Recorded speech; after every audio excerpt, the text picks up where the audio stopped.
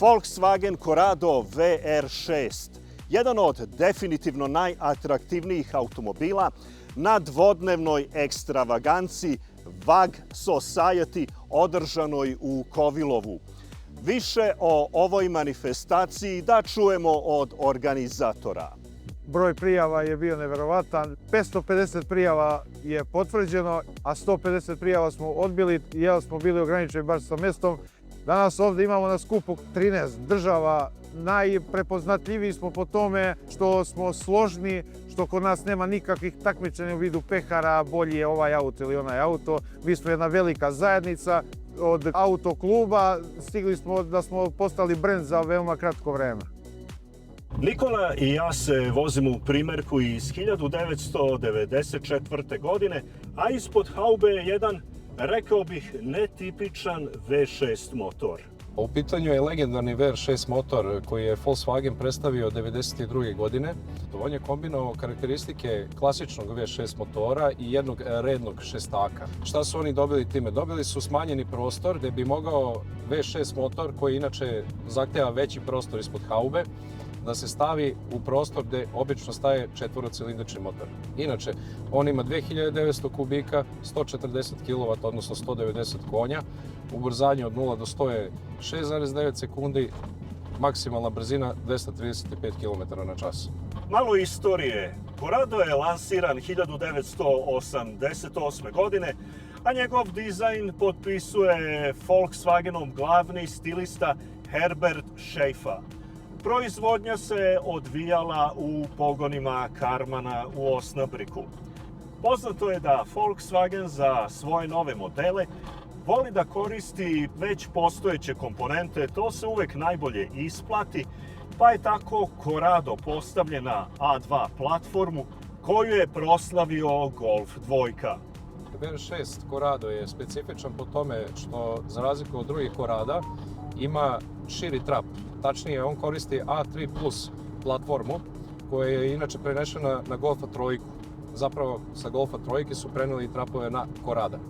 Trapovi su širi za centimetar i po strani na prednjim točkovima, dobio je 5 rupa na felnama, balans štangle su deblje. Međutim, kako ga mi zovemo facelift, koji je počeo se proizvodi u 1992. On ima grbavu haubu, šira krila, drugačiji grill, maglinke su drugačije, također i kompletan interijer promijenjen, instrument tabla.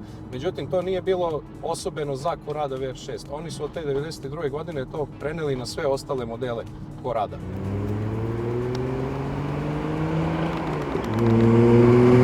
Ono što Corrada vizuelno izdvaja od, uslovno rečeno, cenovno pristupačnih sportskih automobila je spoiler.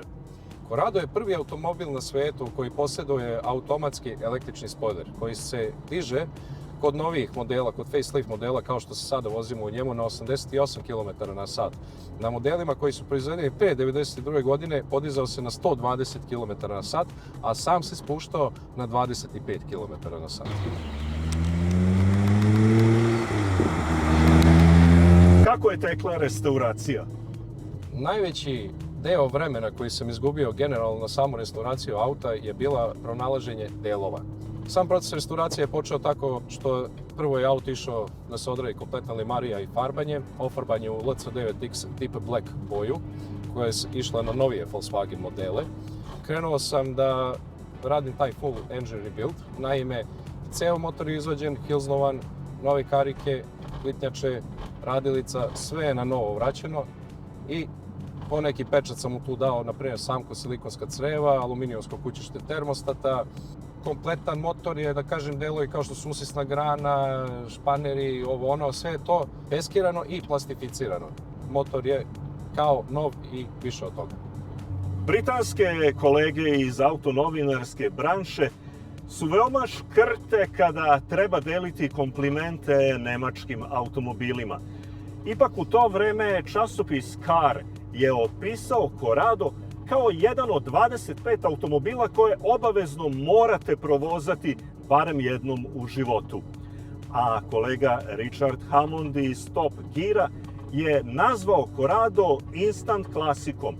Auto je već kao nov klasik, samo čeka da napuni godine da bi ga i zvanično nazvali klasikom.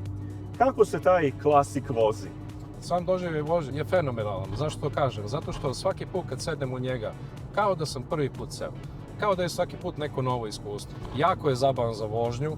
V6 kao motor ima legendarni zvuk koji je prepoznatljiv. Auto ima taj sportski feel vožnje, znači niski profil sedenja, nizak menjač.